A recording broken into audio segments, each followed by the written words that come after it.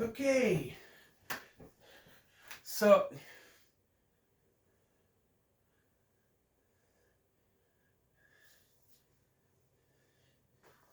Michael, he's out. Guess I'll just do this review. He wanted to do this. I guess I was unconscious. Okay. So here we are. Happy Halloween, ladies and gentlemen. This is the first of two videos today. Of course, the other one is 31 on 31. The horror remake list I will be doing later. Probably record after this. I'm out of breath. I don't know. It's like I was dancing around with Michael Myers or something. Michael's right down there. He's unconscious right now. Maybe he'll wake up by the end of this review, but we are covering John Carpenter's immortal classic, Halloween. And yes, so let's talk about the original Halloween, which of course is a cult classic. It is a classic. It is, all the things they say it is, except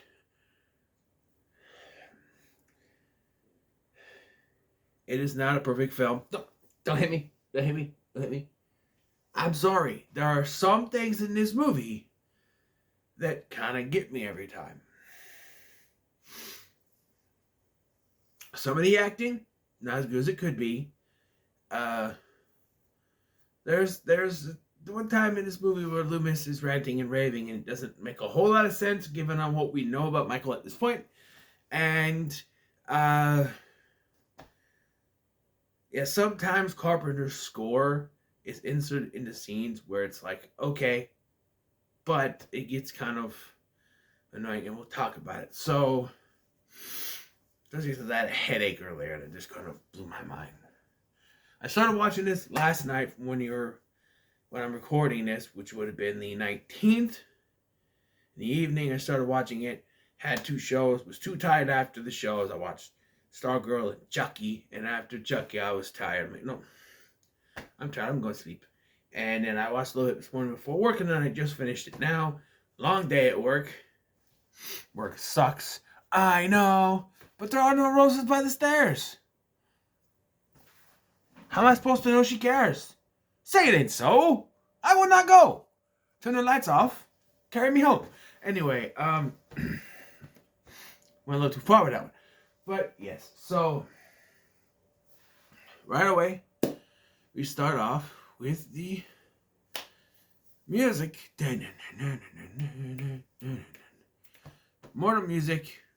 I already mentioned what happened in the Shining review with that, because my phone has that music going. Maybe that's why it was a little more annoying for me, but who knows. But yeah, and then we have the state. Excuse me. So Judith Myers and her boyfriend are going upstairs to do the nookie, have the nookie, which lasts 5 seconds. So that guy never pleased a woman before. But we see someone spying on them. And go upstairs, comes right back down. So that was like the definition of a quickie. Like, did anything even happen? I think maybe he left because he needs to change his pants, if you know what I mean. But and then we see point of view character go up, grabs clown mask, puts it on, stabs this girl in her tits. Stabs her titties, and then you say, "Oh, that's gross." Why say it like that? They literally say that in Halloween Kills. He stabbed his sister in the tits. They say that, so that is legitimately what happened. She stabs her in the tits, and and it's revealed, like, Michael, what are you doing, Michael? Stabbing her again. There's that acting I'm talking about. She's Michael, what are you doing, Michael? goes follow out. Michael takes the mask off. It's a little boy. Cut. Years later, 18 years later, and Dr. Loomis and his nurse, Marion Chambers, are driving as she's chain smoking her way. And they go to Smith's Grove. They're going to move Michael from there to another hospital. Of course, he gets out with some other patients. He's the only one that really escapes. And he attacks them.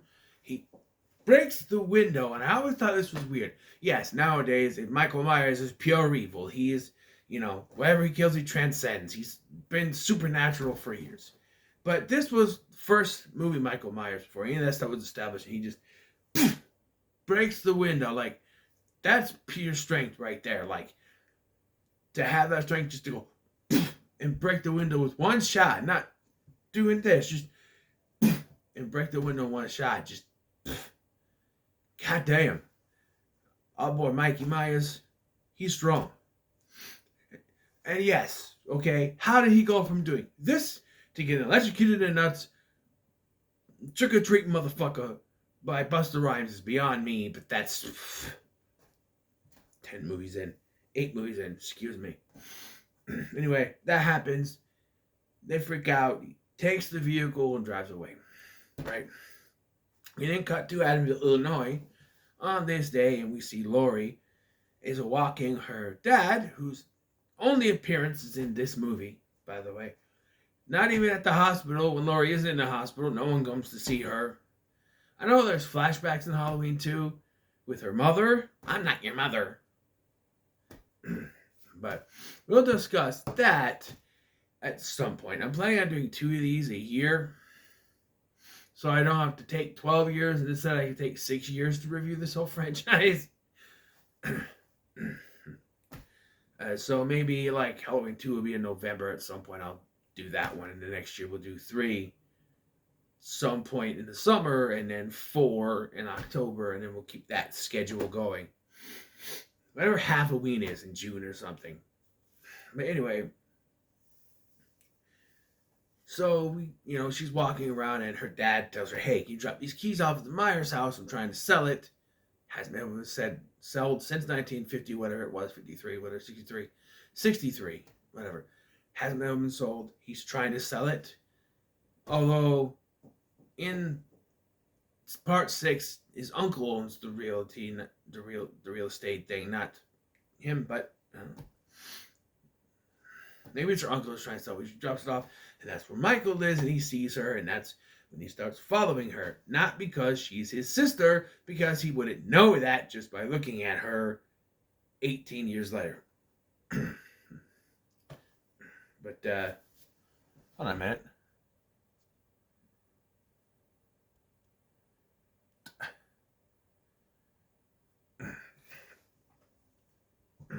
So, yeah, and then little Tommy, not Jarvis, Tommy Wallace? No. Tommy, let's call him Tommy. That is who she's babysitting at night. So the one thing I thought of while watching this again, I thought of it while watching Halloween Ends as well, the beginning part with Corey. Who forces their child to stay inside with a babysitter on Halloween? Shouldn't you be out trick-or-treating? You get a babysitter. You shouldn't be out trick-or-treating. Lori's, the whole thing to this is like, oh, I'm bringing a pumpkin so Tommy can carve it. Okay. But, yeah. So, yeah, they have a little conversation here, and then we cut, and, yeah, Michael follows Tommy. And a lot of people will say, well, why is he doing this? Why does he follow Tommy? He's trying to get information. He's everywhere around. Like, you should watch this parody the Hack Movies did, Tony and them did, where, like, it's spot on, too, because, like, they're busy talking, and Michael Myers is just driving by, and they don't even see him. They got the parody in there where you have Loomis yelling at, there's Michael Myers is around here, and he's just driving by. Yeah, that's exactly. But, yeah, and Loomis is also on his road trip trying to he explains to Dr. Wynn, we have a conversation where he's like, Wyn's like, "Are you kidding me? Couldn't have gotten far. Michael Myers can't drive. He was doing fine last night." You get that line. Maybe someone here taught him. And yes, if part 6 is canon, then Wynn is the one who taught him, and Wynn was the one who let him free. And if we're also, if we're going to encapsulate the whole franchise, there's a whole bunch of nonsense and a whole bunch of different continuities. If we're going by Halloween Ends and the evil can go to anyone, maybe at some point there was evil in Wynn. It went to him and helped Michael. Or evil in, I don't know. It's really weird. But yes. And we get the school scenes. It's the famous scene where she's sitting in the classroom, the teacher talking about something I still never realized what she's talking about. I don't care. And you see Michael standing outside, and then she looks again, he's gone. That sort of thing. And then we get the conversation between her and Linda. Totally. And this is where this is where I talk about the acting. Okay. So, yeah, the 3 girls, including Jamie Lee Curtis, by the way, Jamie Lee Curtis is the best because she, especially later during the scenes where she's being chased by Michael and she's screaming. I just turned on my TV because I was so afraid someone was going to think I'm murdering someone in here or doing something else. But she was great with that, and in some scenes she's good, but a lot of her dialogue, her delivery, I should say, is very monotone.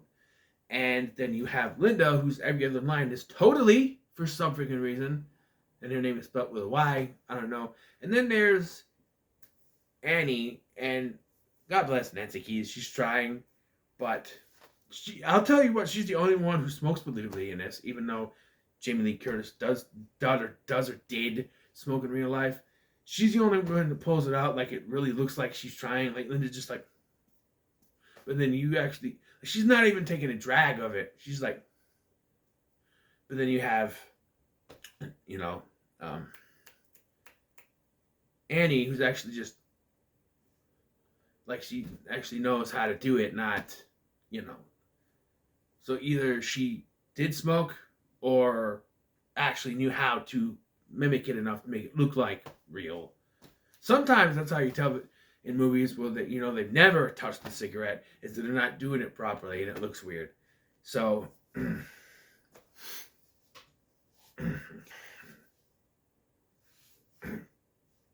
don't know, but all the dialogue with Linda in this movie is just totally.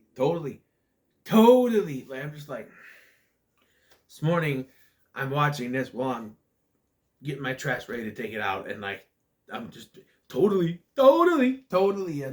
I'm saying it too. It's that's her dialogue. That's half of her dialogue in this movie is totally. Who wrote her lines? Totally? I don't know. And by the way, I do want to point out that if you're looking for a slasher flick with lots of kills, this is not it. Watch Halloween 2 or any other ones that come after this. Except for Halloween 3, that's not a slasher, but this is more of a tension builder. I do wish, though, that they had done more with Michael in the background, driving by, that sort of stuff, because, when he's you can, oh, wait, it's right there, he's hiding. That sort of thing, but then he just, when he's watching Tommy earlier, Tony runs right into him, he's like, why did he get out of his car? Why is he walking around a children's area? I don't know. Keep in mind, his mind is probably that of a child because he's been stuck in prison for 18 years, but I don't know. Then Loomis comes to town. He's talking to Sheriff Brackett after the break-in, and it's very quickly. Loomis and Laurie never actually share a scene until the very end of this movie, but they're very close because Laurie and Annie are driving and they're smoking weed, right? And how the sheriff didn't smell it, I would never know. Maybe he did. Who knows? There's a thing earlier with the hedge thing where he booked it, and then when they're walking, and he's like, "Hey, I'm home," and then Brackett's right there. Hey, it's Halloween. Everyone's entitled to one good scare. I love that line. Didn't need to bring it back in Halloween Kills, though, but up the line. Like, especially where they placed it, where it's Halloween. Everyone's entitled to one good scare. Okay, but it doesn't fit there. I don't know. It doesn't really fit there. They wanted to call it back. Didn't really fit there in that moment, but and so now he's at this, this crime scene where Michael's broken in. And he's like, they just probably just some kids. They call Halloween mask, a couple knives and some rope. Which everyone asked, what did he do with the rope? I'm assuming he used the rope to tie around the headstone to pull it out, or maybe that's how he hung Bob later. I don't know. I don't know if the headstone thing would work, but it's something I always thought. But maybe he's strong enough to pull it out. But yeah, and then we also get a scene, I think it's before this, where Loomis goes to do this headstone. It's gone. But interestingly, there's the caretaker guy is telling him a story, and Loomis interrupts him. I want to hear the rest of this damn story. All right, every time I watch this, I get into the story and it cuts off. It's like that joke in The Breakfast Club. Naked lady walks into a bar with a salami under one arm and a dog on the other. She puts the salami on that thing. Bartender says, "What can I get you?" Naked lady says, "Holy shit!" And he falls down. There was no actual ending to that, and I want to know if there was an actual ending to the story the caretaker was saying, because it's always intrigued me all these years. I want to know how that story ends. Anyway, so Laurie's there with Annie talking to Brackett, and she's like, "Why don't you guys go? You guys are going to be late." Drives off. As soon as they drive off, Loomis comes walking up. Sheriff, I need to talk to you. I'm Loomis. Sam Loomis." Like, he introduced himself by saying, "I'm Loomis. Sam Loomis." Like, not Dr. Loomis, just Loomis. "I'm Loomis. Sam Loomis. Dr. Sam Loomis." There. And then, basically, "I need to talk to you in 10 minutes. Okay. Where did he go? And then they have a conversation. He's like, "I'm going to go to the Maya's house. He might go back there." And yeah, he goes there. They go through the house. They find the dog. He got hungry. Okay. And then he stays there because when the sheriff goes off to do whatever, he stays there. I do mention that Loomis I gotta mention this, he did find the mechanic's car. And then the camera pans to the dead body. That's our first kill, ladies and gentlemen. Off screen. Well, our first kill of 1978. I'm just saying. Anyway. So, they're at the house. He gives I had this 6-year-old boy with a blank, pale, and motionless face. And the blackest eyes. The deadliest eyes. I spent 8 years trying to get through to him, another 7 trying to keep him locked up, because what I saw in his eyes were pure and simple evil. And that's his whole thing. And he's going off about, "Michael, it could be a bloodbath, Sheriff." And I'm just like, on what basis do you have there could be a bloodbath? At this point, to your knowledge, he's only killed his sister. One person. And you think, all of a sudden, he's out. He's going to just start stabbing everyone in the tits. Just. At this point, to your knowledge, he hasn't. We know there's at least one person so far he has killed, and that's the mechanic for the getup, right? That's it. But, I guess he looked into his eyes, he saw the evil witch. Spoiler alert for Halloween Ends. That does kind of, does get called back there, where Laurie looks into Corey's eyes, like, "I saw the evil. I saw something in his eyes." And yes, Laurie has effectively become Loomis in these new Halloween movies. In a way, she points at Sartain, "You're the new Loomis." She should be looking in the mirror and go, "You're the new Loomis." Because that's exactly what she is, warning people, going crazy. The whole speeches that she gives in Halloween Kills is reminiscent of Loomis. And even this, when even Allison says it ends, you think you can move past it, but you haven't. And that's exactly with Loomis. Everything with Loomis, he hasn't moved past everything with Michael all the time. Leading to his death, in 6, off screen and H2O. I don't know. But yeah, it's just his basis here. He saw the evil in his eyes, so he thinks there's going to be a bloodbath, which there is, but he has no, basis in reality for that at this point. And then we get to some of the scenes where they're watching, TV and stuff, and then we get the acting again with Nancy Case, Nancy Loomis, whatever you want to call her. Lindsay, Lester's barking again and getting on my nerves again. And it's like, wow. That was a good take. Okay.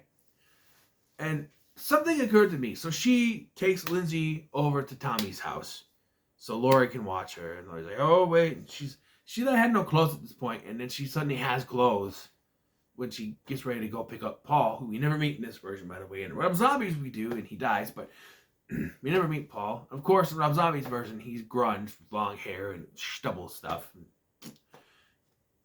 But and here, we never meet him. Here's my issue. She goes to get in the car, it's locked. Oh no, the keys! And she goes to get the keys, she comes back, and it's unlocked automatically, and Michael's already in the car. Did Michael have a spare key? I'm confused because she goes to get in and it's locked, or did she not open it because she didn't have the keys? She's like, oh, I need the keys. Like, it wasn't locked. She just didn't get to open it yet. I don't know. It's very confusing. She gets the keys and then she gets strangled. I think he strangles her with something. And then there is a stab to the back at this point, so she's dead. And then Linda and Bob show up and we get more totally. They go upstairs and they have the most awkward looking sex I've seen since The Room, which came out after this. But so if you know The Room, infamously it looks like Tommy Wiseau is having sex with the actress's belly button. And here the sex scene is under the covers, but she's got one leg up and he's just sort of doing this. Like, I'm sorry, you have to get both legs up for it to work. It looks like he's humping her leg. I'm just saying, it looks like he's humping her right leg while her left leg is up in the air. That's what it looks like. I'm like, he's not even doing it right. Did nobody know how to have sex in this universe? Apparently, Julia's boyfriend is jizzing in his pants. I jizzed in my pants. And then this guy is humping a leg. I don't know how anyone get laid in this is beyond me, but he finishes, so she must have to wipe her leg off, I guess. And then she's like, hey, you want a beer? Yeah, I'll take a beer. Go get me a beer, she says. And so they're awkwardly smoking, and he's not doing better job than her at miming the smoking. And so he goes to get the beer, and we get the best kill of the movie by far. He's going to look in the pantries. He hears a noise. He looks in one, nothing there. He goes in the other one. Michael comes out, stabs him, pins him to the wall. How it works, I don't know, because that knife's not that long. Also, I feel like there's too many callbacks to this in the recent movies.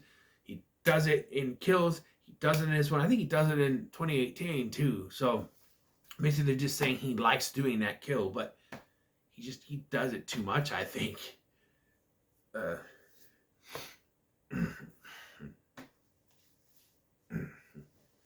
Now, like it's a cool kill, and I think, oh, everyone loves that kill. Let's just keep doing it. But you do something too much, you're just having it in too much, and it gets to be too much. So, so then Michael puts on the ghost getup that Bob had on, and the glasses to fool her. And then when she goes to call Lori, strangles her with the phone cord, and we get titties. We do a thing earlier where she's like, see anything you like? And then we get the titties going off, which is a little more Rob Zombie-ish in the Rob Zombie version, where she's just buck-ass naked. We got a full frontal shot, even with Bush. And like, that's Rob Zombie-ish. This is done very well. It's just, they say, hello, outside of the shirt, the button-up shirt. They go, hello, peekaboo. When strangled, I think it looks better. Strangles her. But it does sound like she's getting off, which, honestly, this probably got her off more than Bob. She was just humping her leg. Maybe it did get her off more than Bob.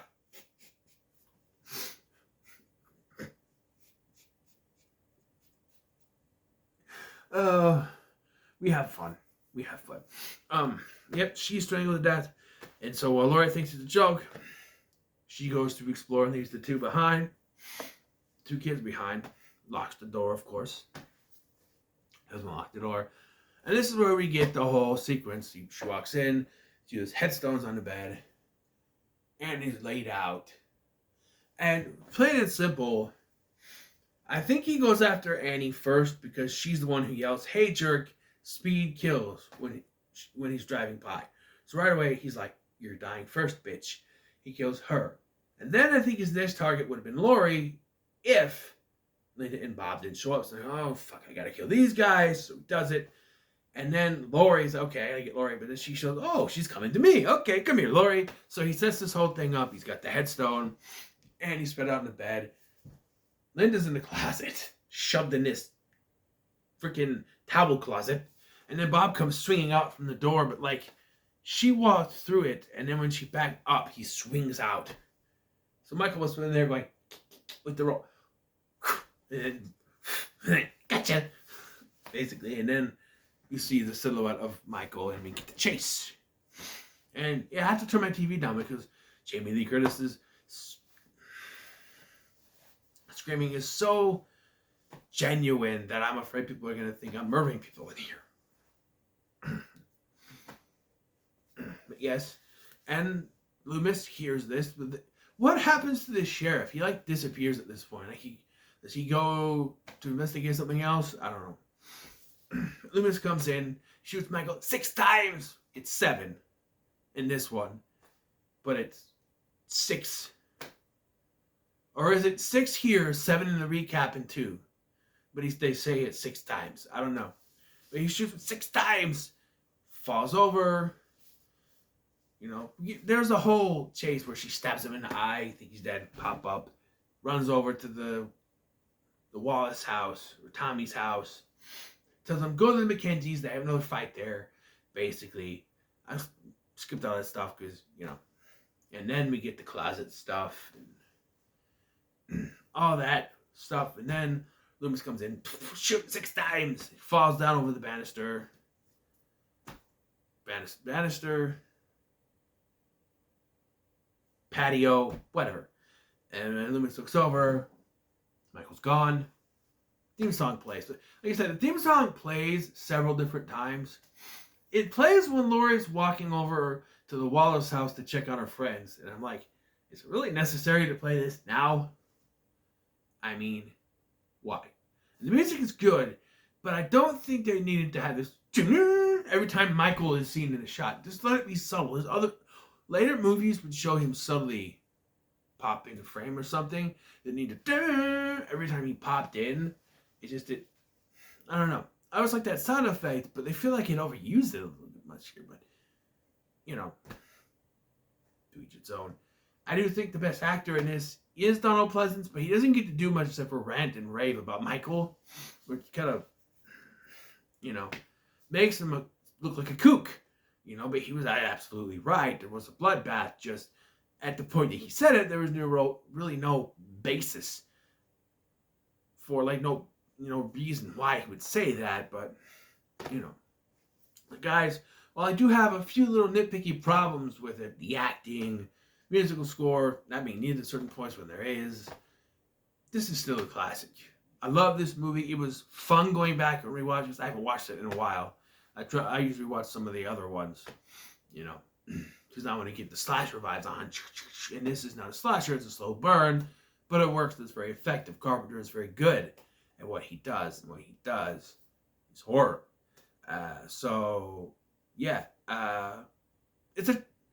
Halloween is going to the moon. Obviously it goes to the moon, man. It's one of the best horror movies ever made. It's not my favorite horror movie ever made. That's going to be Child's Play. Just because I have such fond memories of that. It's probably not a better made film, but it's a more entertaining film for me, to be honest.